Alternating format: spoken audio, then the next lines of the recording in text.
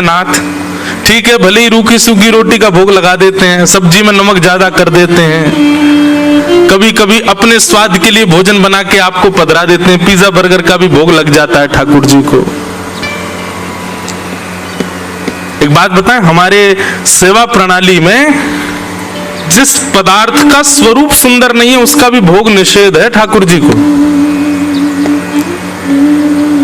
जैसे कटहल का भोग क्यों नहीं लगता ठाकुर जी को? उसका स्वरूप सुंदर नहीं है।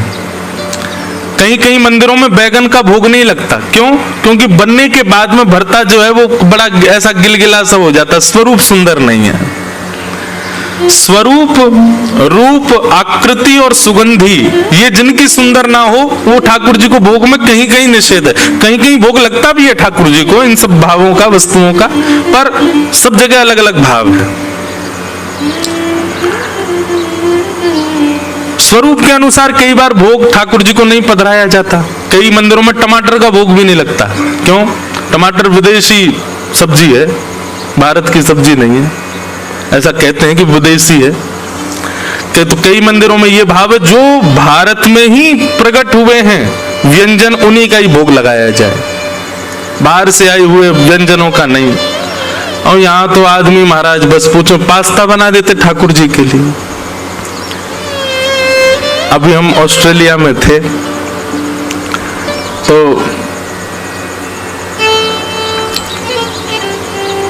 एकादशी के दिन व्रत वाला पास्ता ठाकुर जी को वहां बनाया। महाराज जी व्रत वाला है। मैंने काय का है? कूटू का है क्या? कूटू का पास्ता। अब ये पता है क्या है, तो जो लोग करते हैं उनको कोई ऐसा नहीं कि उनकी मैं निंदा कर रहा हूं, बुरा भी नहीं माने। कलयुग है भाई, इतना कर रहे हो यही बहुत है।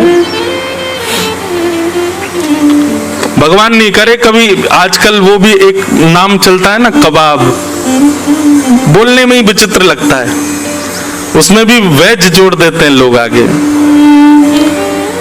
वो समय दूर नहीं, आगामी 10-15 साल बाद यूं भी वो भी बनेगा एकादशी वाला कबाब, वेज बिरयानी। चावल कोई थोड़ा बहुत कर देते हैं, उसका नाम बदल दिया। हे नाथ,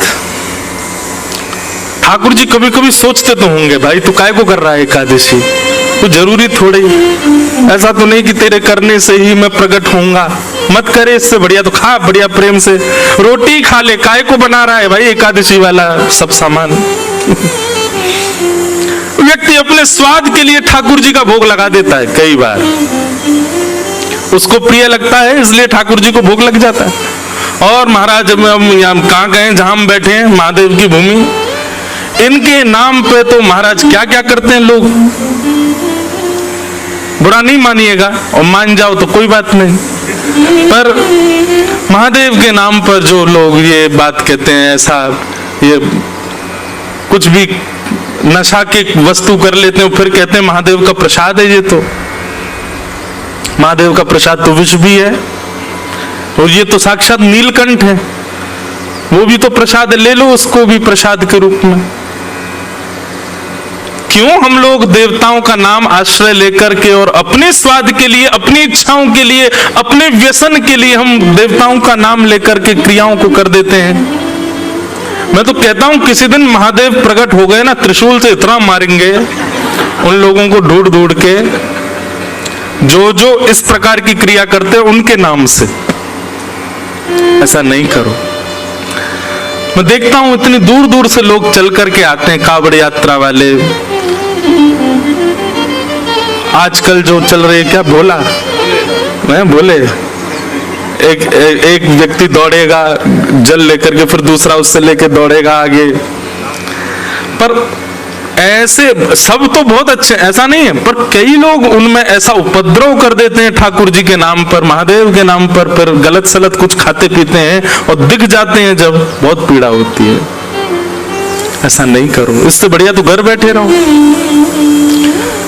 आपको बताएं, व्यसन आप स्वच्छंद कर लो, वैसे तो करना ही नहीं चाहिए, लेकिन भाई फिर भी व्यसन कोई स्वच्छंद कर रहा हो उसको पाप तो लगता है, पर जो ठाकुर जी के नाम पर व्यसन करता है उसको तो महापाप लगता है।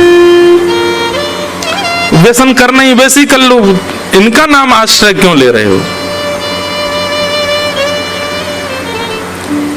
ये सब नहीं। तो भगवान के भोग में द्वारिका में तो एक मुझे नई बात पता चली। द्वारिका के हम तो सेवक लोग हैं ना, तो पूछते रहते हैं सेवा कैसे हो रही है, यहाँ पे प्रसाद का रूप क्या है, क्या है, सब जगह का अलग अलग भाव है।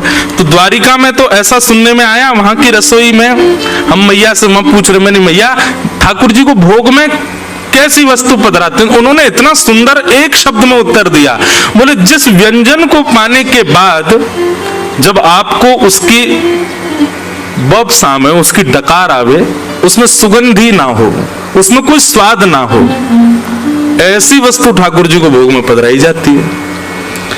जिसके पाने के बाद में उसका स्वाद जो है वो केवल हवा मात्र रहे, उसमें कोई सुगंधी या कोई स्वाद ना उत्पन्न होता हो, ऐसे व्यंजन ठाकुर जी को पधराए जाते हैं। नई बात, उनमें तो बहुत सारी चीजों का निषेध हो जाता, मूली का निषेध हो गया, गाजर का निषेध हो गया।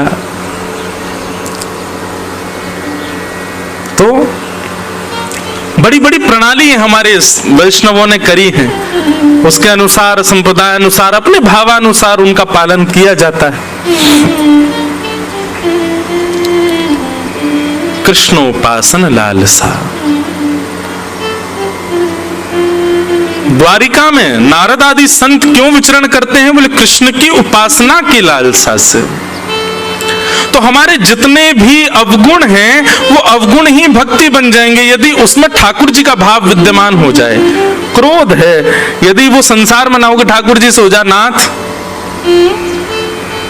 सुना है तारे हैं तुमने लाखों, हमें जो तारो तो हम भी जाने, सुना है तारे हैं तुमने लाखों, हमें जो तारो तो हम भी जाने। अब ये एक सूक्ष्म क्रोध है ठाकुर जी से, आपने इतने तार दिए नाथ, हमने क्या बिगाड़ा आपका? आप जैसे कहते हैं वैसे रहता हूं, जैसा आपका शास्त्रों में वर्णन है वैसे रहने का प्रयास करता हूं, सच बोलता हूं, झूठ से दूर रहता हूं, सब कुछ व्यवस्थित करके चलता हूं।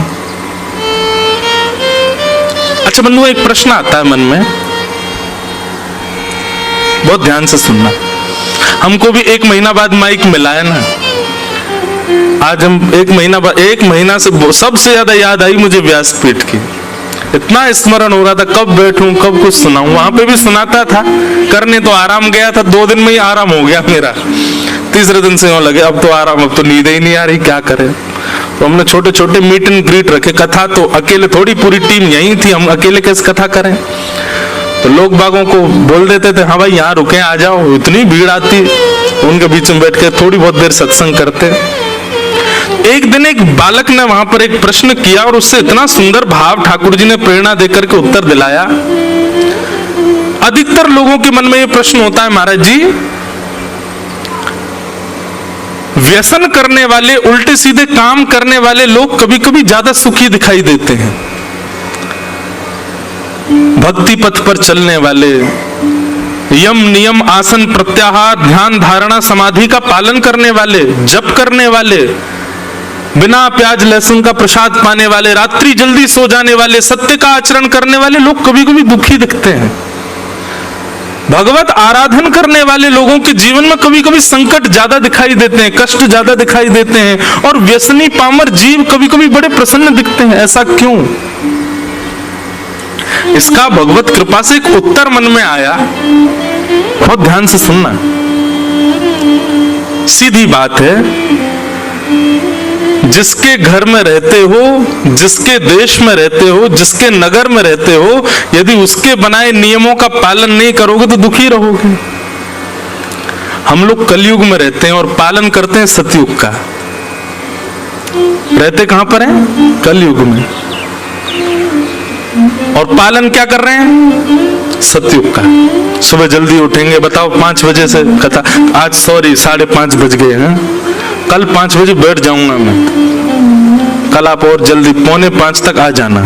आज भी आ ही गए होंगे, हम ही हैं ऐसे, क्या करें।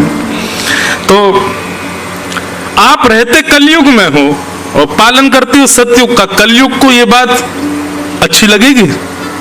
नहीं लग सकती। तो कलयुग क्या करता, अब वो आप पर कुछ प्रहार तो कर नहीं सकता, तो वो क्या करता है, कलयुग का पालन करने वाले लोगों को सुंदर बना करके, सुखी बना करके आपको दिखाता है। कलयुग देख, मांस खाने वाला, मदिरा पीने वाला, उल्टे सीधे काम करने, देख कितना सुखी घूम रहा है, और तू देख राम राम जपता है फिर भी कितना दुखी है। आपके मन में संशय प्रकट होता है, और ये संशय कौन प्रकट करवाता है? कलयुग ही करवाता है, क्योंकि वो आपको छेड़ नहीं सकता, आपसे कुछ कह नहीं सकता, इसलिए वो उन लोगों को सुखी दिखाता है। वो है नहीं सुखी, महादुखी है वो लोग, पर आपको ऐसा दिखवाता है कि देखो मेरे नियमों का पालन करने वाले कितने सुखी, और तुम सबरे सतयुग त्रेता द्वापर का पालन करते हो कितने दुखी हो। और इसी प्रभाव में आकर के कई लोग नाम जप छोड़ देते हैं, कई लोग भक्ति पथ छोड़ देते हैं, कई लोग कथा साधन छोड़ देते हैं। क्यों? वो ज्यादा सुखी हैं। हम भी करके देख लें तो क्या बुराई। लेकिन भैया विचलित मत हो, कलयुग आपको कितना भी प्रभाव दिखावे, आप अपने पथ का त्याग मत करो, आप अपनी निष्ठा का त्याग मत करो, आप अपने नियम का त्याग मत करो, लगे रहो बस अपने क्रम पर। तो ये अवगुण जो है ये कलयुग के रूप में, पर यही अवगुण यदि ठाकुर जी के प्रति प्रस्तुत कर दिए जाएं तो यही गुण बन जाएंगे। क्रोध ठाकुर जी से हो नाथ, सूरदास जी पर आपने कृपा की, भक्तिमती मीराबाई पे आपने कृपा की, इतने सब वैष्णवों पे आपने कृपा की, हम इस योग्य तो नहीं पर हम पे थोड़ी तो करो नाथ। क्रोध, लोभ, लोभ कैसा हो ठाकुर जी के प्रति? यदि पता चल जाए कि वो इतना नाम जप करते हैं तो लोभ जगे, मैं उनसे ज्यादा करूंगा, ये लोभ अब संसार में है तो फिर विषय बन जाता है। ठाकुर जी की भक्ति में आ जाए तो यही प्रेम लक्षणा भक्ति बन जाता है। अब यहां पर जो शब्द प्रयोग किया गया लालसा, लालच, लालच अच्छा नहीं है, लालच बुरी, लेकिन यहां पर क्या कह रहे हैं? कृष्णोपासन लालसा। यदि कृष्ण की उपासना का लालच है, कथा सुनने का लालच है, वृंदावन जाने का लालच है, भक्त बंधुओं से मिलने का लालच है, तो वो लालच अच्छा है। एक प्रकार से संसार में करो तो सब विषय हैं, लेकिन ठाकुर जी के सन्मुख प्रस्तुत कर दो तो सब भक्ति है। कृष्णोपासन लालसा। नारद जी महाराज इसलिए घूमते हैं द्वारिका में कि चलते फिरते कभी ना कभी कहीं